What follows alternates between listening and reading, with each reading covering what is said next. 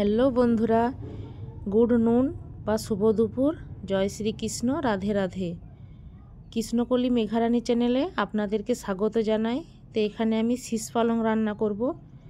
এখানে নিয়ে নিলাম শীষ পালং, বেগুন আর পেঁয়াজকলি, দুটো গাজর নেব, মানে ছোট ছোট আছে তার জন্যে, আর একটা টমেটো আর একটা আলু।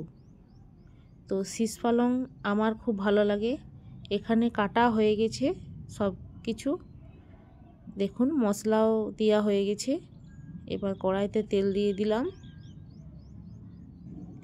এবার 5 ফোড়ন দিয়ে দেব। এবার গাজর আর আলু কাটাগুলো দিয়ে দেব,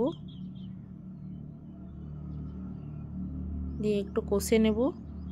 তো আপনারা কেমন আছেন? আশা করি সবাই ভালো আছেন, আর আপনাদের ভালোবাসায় আমিও ভালো আছি।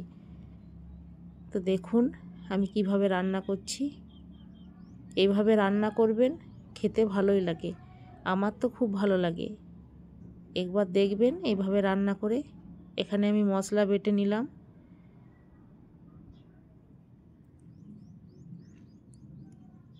আমার প্রায় কষা হয়ে এসছে। এবার আমি পেঁয়াজ কলিগুলো দিয়ে দেব।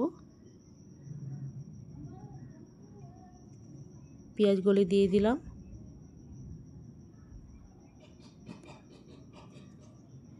পালং শাকগুলো দিয়ে দিলাম। নুন হলুদ দিয়ে দিলাম, হলুদ গুঁড়ো।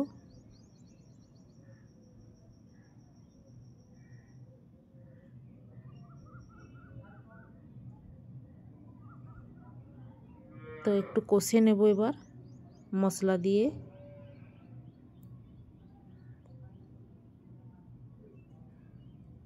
মশলাটা দিয়ে দিলাম, এবার একটু কষে নিলাম। টমেটো একটা দিয়ে দিলাম। পরিমাণ মতো 2 চামচ চিনি দিয়ে দিলাম।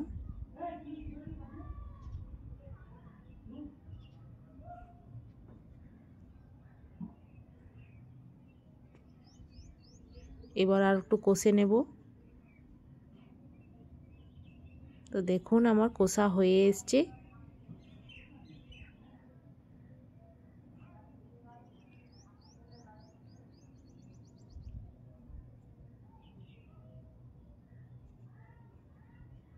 প্রায় কষা হয়ে গেছে।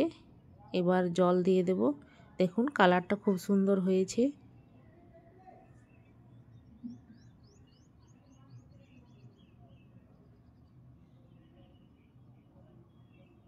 এবার জল দিয়ে দিলাম।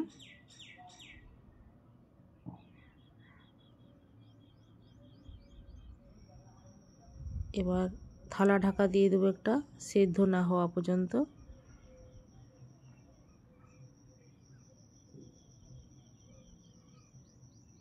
থালা ঢাকা দিয়ে দিলাম।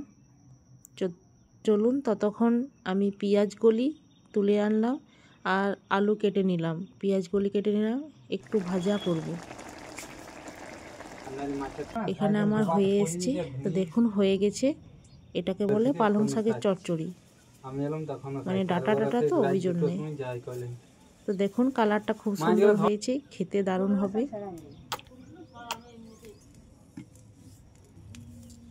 কড়াইতে তেল দিয়ে দিলাম, শুকনো লঙ্কা দিয়ে দিলাম, 5 ফোড়ন দিয়ে দিলাম। এবার আলুগুলো দিয়ে দেব।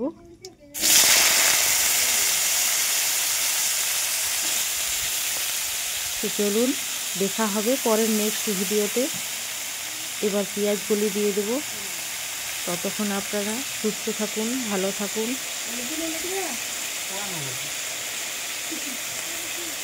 জানি না আপনাদের কেমন লেগেছে ভিডিওটা, কমেন্ট করে জানাবেন। তো টাটা, এইটুকুই ভিডিও।